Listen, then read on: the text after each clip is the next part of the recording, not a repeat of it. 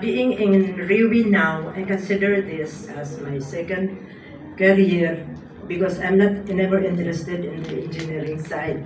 Maski na pa may construction business in the family. Ni anak sa Riwi.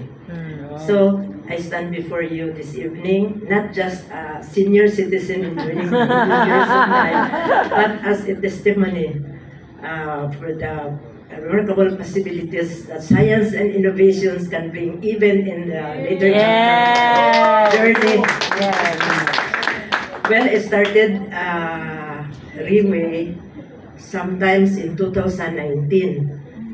Not diligid para sa ako, pero first as a user for my husband to take the product because of the several sakit, illnesses daghan.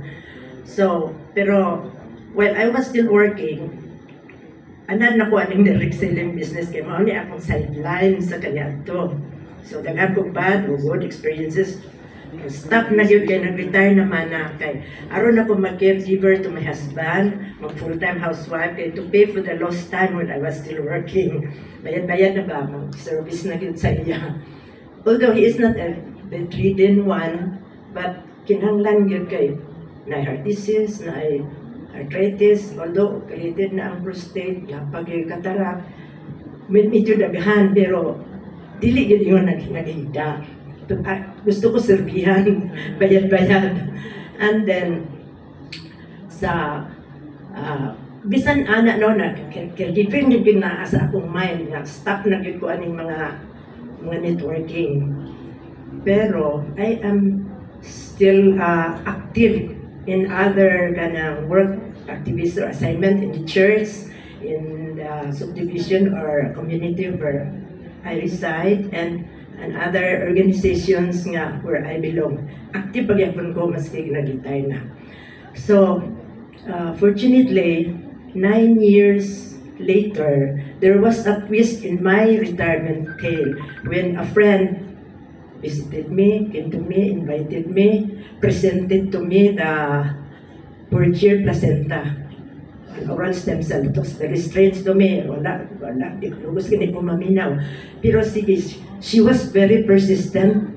She was persistent to present the product and then follow up, very good follow up, until nga, saan naman yung yun, naman ko kabalipad. Maoto, nagkuha na ko battles for my partner to take.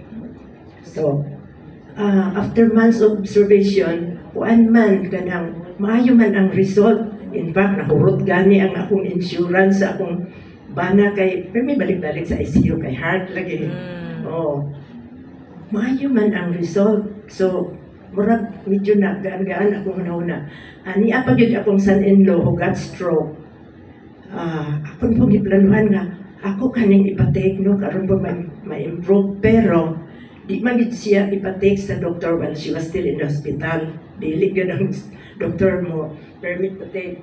Pero sa naguli na siya no nag-check out sa hospital, hala gi-double dose gihapon na mo. Parehas sila nag-fast ang recovery.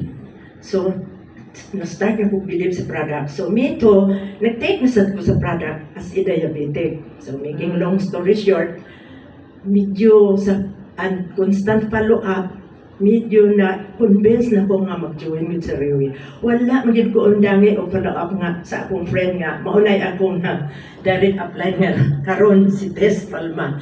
So, salamat lang po ko kay wala pa to siya. I could not have been here also.